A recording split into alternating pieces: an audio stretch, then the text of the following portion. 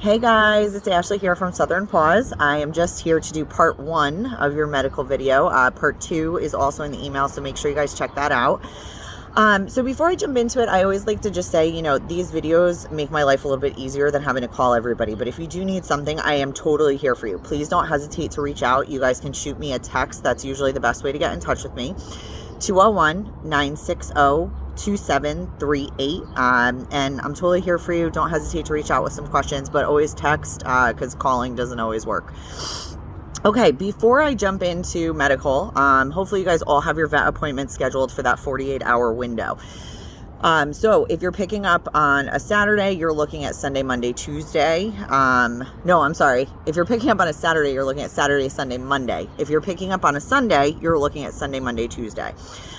If you haven't gotten that scheduled, you do need to do that. Okay. That's an absolute mandatory. I know with the weekend, it can be difficult, but, God forbid they have anything brewing or sparked from the final move from us to you guys. This guarantees that you guys will catch it right away. You're just going in for a basic puppy sample. Puppy checkup and fecal sample is what you guys are going in for. So, it doesn't matter if you guys are going to like your regular vet, you're literally just doing that. So, when you go, you're going to bring 3 documents with you. You're going to get a hard copy of the letter to the vet. You're going to get a record from our sister organization, and you're also going to get our intake form, okay, the Southern Paws intake sheet. And that's the one I really want you guys to check out when you pick up your pups, because that's where you guys are going to find everything we talk about in here and in the second part of this video. In layman's term, or I should say Cliff Note version. And it's also going to have all their scheduling. So potty schedule, sleep schedule, what to eat, how often to eat, when to eat, all these different things are all going to be in there. So it's going to give you guys a lot of information. So make sure you guys check that out. Like I said before, you're just going to go in for a basic puppy checkup and a fecal sample. If you signed up for pet insurance, okay, you're also going to do a heartworm test. Now, your vet is probably going to, hopefully my phone doesn't fly away. Your vet is probably going to argue with you guys about this, because heartworm in puppies under 6 months of age cannot pop positive for heartworm. Okay, so they're going to give you a hard time. The reason we do this, though, is because of insurance and pre-existing conditions, okay? I know that we talked to you guys about that heartworm 6-month window, all right? If you don't have a negative pre-existing test as a baseline, 6 months from now, if your dog pops positive, they can come back and say it was a pre-existing condition. We don't want that. So that's why we always have to have this baseline test. So if your vet gives you a hard time about it, you just tell them, listen, I need it for the insurance. Okay, that's why. Also, when you go to your vet appointment this week, under no circumstances are you guys going to be doing any sort of vaccines. Okay, we have a very strict policy. We do not vaccinate within 7 days of any transport. The reason for this, transport stresses the puppies out, which weakens their immune system. Okay, now you're taking a puppy with a weakened immune system and injecting them with a live virus, which makes them susceptible to breaking with whatever it is that you're injecting them with. Okay, so under no circumstances are we doing any vaccines this week.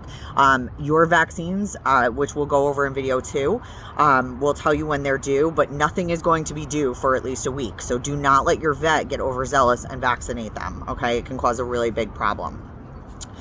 This time of year, okay, we see a lot of puppy parasites. We see Giardia a lot, we see Coccidia a lot, worms, basic stuff. And the problem is, until we get them out of the environment where they're no longer, flinging poo at each other, at their siblings, it's really hard to get rid of this stuff. So because of this, and because of how often we see it, we always send everybody home on a round of antibiotics to treat for both Coccidia and Giardia. So everybody is going to get Metro, which is given twice a day, and Albon, which is given once a day. Okay. The meds will already be cut for you. All right. So if it says give like a third or half or a quarter, you don't have to worry about cutting anything. I will cut it for you. This is mainly just a precaution so that if God forbid they have it, it takes care of it. If they have it coming on, it'll hopefully stop them from getting it.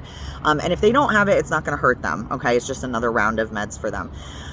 The most important thing, the night you pick up your puppy, the only thing you are going to give is the night dose of the Metro, okay?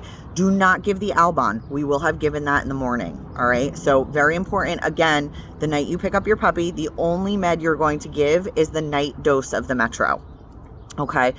You also, when you pick up your puppy, you're going to do 2 feedings. Okay, you guys are going to do a lunch feeding and a dinner feeding. We will have done breakfast for you. Also, the day that they go home, we do in the morning a final round of deworming for them. Okay, you guys don't have to worry about this. The medication that we use is Drontal Plus. It's a 1 dose, so we give it to them in the morning. Don't be surprised if you guys see worms. I know that's like so disgusting, but that means that the meds are working. Occasionally I'll get a call from an adopter freaking out that they're seeing worms. So just so you guys know, we do that the morning that they leave. We don't do it the day before because we don't want to overwhelm their system with all this meds. So, and transport and like bathing and everything else. So just so you guys know, if you see worms that day, like don't panic. It's okay. That's a good thing. And before I get into the other videos, okay, there's one other thing I want to talk to you guys about, and that's Lepto and Lyme's, okay? These are 2 vaccines that we don't provide. They're optional vaccines. For this area, I do highly, highly recommend them, okay?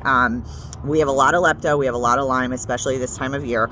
So I do highly recommend the Lepto Lyme's vaccines. Now, with that being said, the Lepto vaccine, this is very important, okay? And I'm not telling you this to scare you. I'm just giving everybody a heads up. This is very, very rare, okay? But there is a vaccine reaction out there to the Lepto vaccine, okay? The likelihood of you seeing this, to give you guys an idea, I've adopted out about 3,500 dogs, and I've only seen this happen twice, okay, in 2 dogs. So the likelihood of this happening is like slim to none, but I want you guys to know about it. There is a vaccine reaction out there.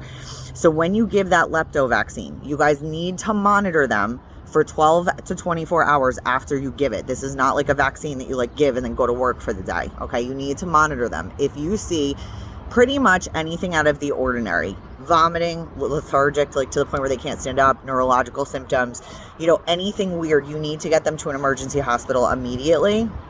Okay, again, this isn't to scare you. The likelihood of this happening to you is like slim to none, but it is out there, and I want you guys to know about it, because if you don't catch it quick enough, ooh, losing the phone, sorry. If you don't catch it quick enough, you guys absolutely can see, you know, a massive issue, and it can be deadly if it's not caught. So again, not to scare you, I hope I hope everybody gets the vaccines. My dogs have it. I highly recommend it, but you know, I just want you guys to monitor them afterwards. Okay, so the next video is going to have all your vaccines and dates and things in it. This is just your pre-video. Makes it, again, a little bit easier for me. So stay tuned for part 2, and I'll be right back with you.